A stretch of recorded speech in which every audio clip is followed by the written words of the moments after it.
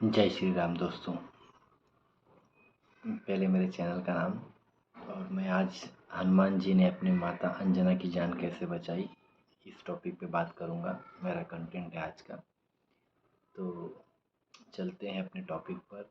उससे पहले मेरे चैनल का नाम है हनुमान जी सनातन मिस्ट्री और मैं यहाँ पे केवल हनुमान जी के चमत्कारों से और भगवान की बातें करता हूँ और जहाँ तक हो सके मैं स्टोरी भी बताता हूँ।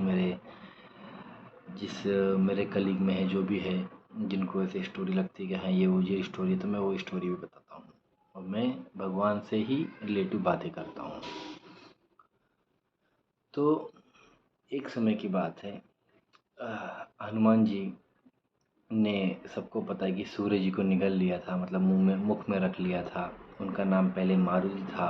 इस काल के बाद से उनका नाम हनुमान पड़ा।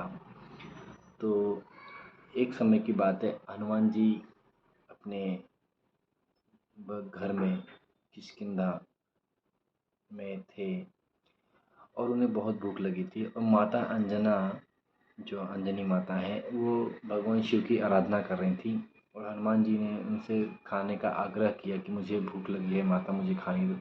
लेकिन वो शिव शंभू जी की आराधना में लीन थी, इसलिए उन्हें सुनाई नहीं दिया। तो हनुमान जी ने देखा कि वहाँ दूर आकाश में एक पीले कलर का फल हनुमान जी को दिख रहा था, क्योंकि पेड़ के यहाँ पर सूरज जी की जो रोशनी आ रही थी वो उन्हें पीली पीली फल जैसी दिख रही थी। तो हनुमान जी पवन देव के पुत्र हैं। पवन देव के पुत्र होने के कारण उनमें उड़ने की शक्ति पहले से विद्यमान थी। तो हनुमान जी की जब उड़ने की शक्ति विद्यमान थी तो हनुमान जी ने अपनी छलांग लगाई और उस पेड़ पर जा पहुँचे। और जब पेड़ पर जाकर देखा तो वहाँ पे फल है ही नहीं। फिर हनुमान जी ने दूसरी तरफ देखा तो वहाँ पे उन्हें फल दिख रहा था, तो वो दूसरे पेड़ पे चले गए, उससे तीसरे पेड़ पे चले गए। तो ऐसे कम से कम 5 से 6 पेड़ उन्होंने क्रॉस किया, फिर भी हनुमान जी को वह फल नहीं मिला। अंत में गुस्सा होकर हनुमान जी सूर्य जी की ओर प्रस्थान कर गए, उन्हें खाने के लिए फल समझकर। उसी समय पर राहु जी, जो हमारे राहु है, राहु जी ग्रहण करने जा रहे थे सूर्य जी को, मतलब सूर्य ग्रहण का समय था। उस समय पर राहु जी जब जा रहे थे तब हनुमान जी से मिले और उनके बीच में बहस हो गई कि ये फल मैं खाऊंगा, इसे मैं ग्रहण करूंगा, गृहस्थ करूंगा। हनुमान जी ने कहा नहीं, इस फल को पहले मैंने देखा तो मैं खाऊंगा। ऐसे में दोनों में विवाद हुआ तो राहु जी ने बालक समझकर उन पर थोड़ा सा प्रहार करने की कोशिश की, लेकिन हनुमान जी तो हनुमान जी हैं, महाबली हैं। उन्होंने राहु को मार पीट कर भगा दिया वहाँ से। इतने में राहु जी पहुँच गए इंद्रदेव के पास कि इंद्रदेव जी, ये एक बच्चा है, ये बालक है, वानरमुखी है, वनमुखी है, वो ऐसा है वैसा है, इतना बलवान है, हो सके वो आपके ऊपर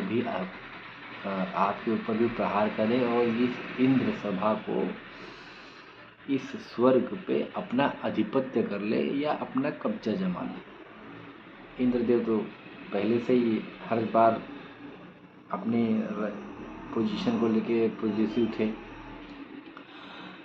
उस समय हनुमान जी ने सूर्य जी को गृहस्थ कर लिया। उसका कारण कुछ और था, मैं स्टोरी में ही बताऊंगा आपको उसका। तो जब गृहस्थ कर लिया तो सारे जहां में, पूरे सृष्टि में अंधेरा छा गया, अंधियारी छा गई।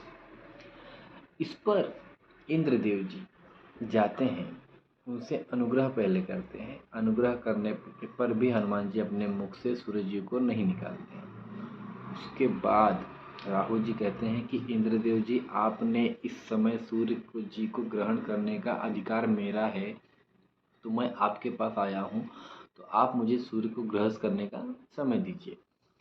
और मान्यता के हिसाब से यह है कि जब समुद्र मंथन के समय में अमृत निकला था तो उसको राहु ने छल से थोड़ा पी लिया था, इसके लिए उनका धड़ अलग हो गया, बॉडी अलग हो गई। इसके लिए राहु केतु 2 ग्रह बन गए। न राहु न देव में आते हैं न दानव में आते हैं, राहु आधे देव हैं आधे दानव हैं। इस पर मैं स्टोरी बाद में बताऊंगा पार्ट 2 में।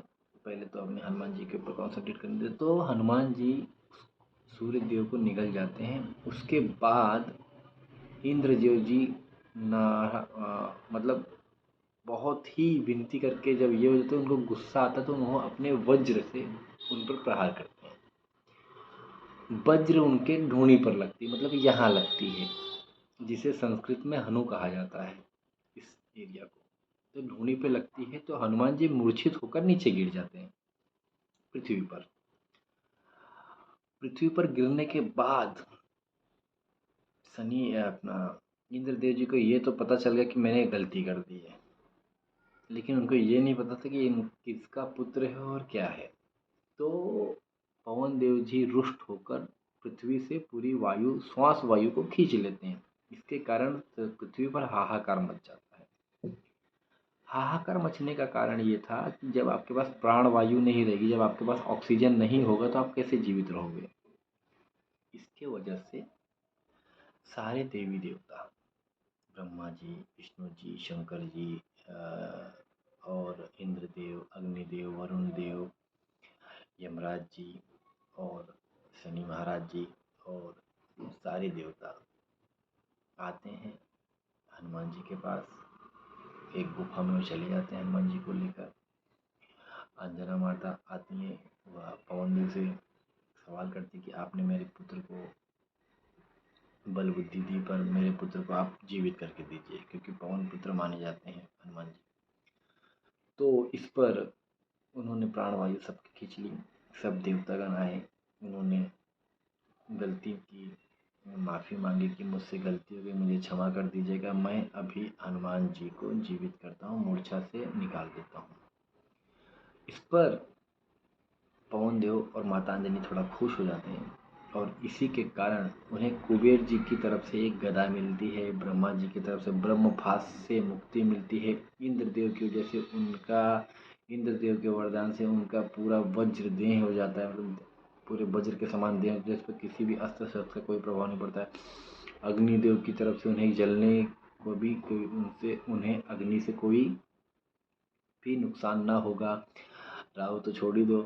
उसके बाद चंद्रमा से जो उन्हें शीतलता प्रदान हुई, मतलब सब देवी देवताओं ने उन्हें कुछ न कुछ आशीर्वाद दिया। फिर बाद में उनसे सूर्यदेव जी को मुक्त करने के लिए माता अंजनी ने कहा तो उन्होंने सूर्यदेव को मुक्त कर दिया। उसके बाद में सब ने यही पूछा कि आपने सूर्यदेव को आखिर निगला क्यों। तो इस पर यमराज जी बोले कि इनकी माता अंजनी का ये समय से ये समय तक मृत्यु का योग था, इसलिए हनुमान जी ने ये काम किया है, सूर्य जी को निगल लिया है। और उसके बाद से माता अंजनी जी की मृत्यु आयु जो थी वो टल गई। और इसके बाद से हनुमान जी का मारुति जी का नाम हनुमान नाम से विख्यात हुआ। हनु पर वज्र लगने के कारण उन्हें हनुमान नाम दिया गया। और आज वो हनुमान जी अपने नाम से और अपने काम से बहुत माने जाते हैं। यहाँ नहीं, सब जगह माने जाते हैं।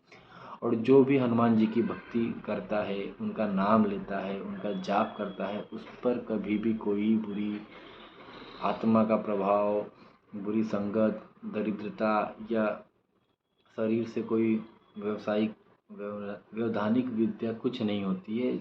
इस मॉरल ऑफ स्टोरी ये है कि आप अगर हनुमान जी से जुड़े हैं तो आप पर कोई समस्या नहीं आएगी। और माता अंजनी को अपने पुत्र पर इतना गर्व हुआ क्योंकि उसने मेरी वजह से मेरी ही प्राणों की रक्षा करने के लिए अपने हनु पर वज्र की चोट खा ली। ऐसे सौभाग्यशाली पुत्र सभी को दे, माता अंजनी का ये था। और आप सभी को पता है महेश शिवशंभू जी के 11वें रुद्र अवतार अंश हैं श्री हनुमान जी। अगर आपको स्टोरी पसंद आए, अगर आपको मेरी कहानियाँ अच्छी लगती हैं और आप मेरी कहानी से संतुष्ट हैं, आपको अगर ये प्रॉपर समझ में आता है तो लाइक कीजिएगा, सब्सक्राइब कीजिएगा और मुझे मोटिवेशन कीजिएगा कि मैं इससे भी अच्छी वीडियो आपके सामने ला सकूं। आप सभी को जय श्री राम। जय श्री राम।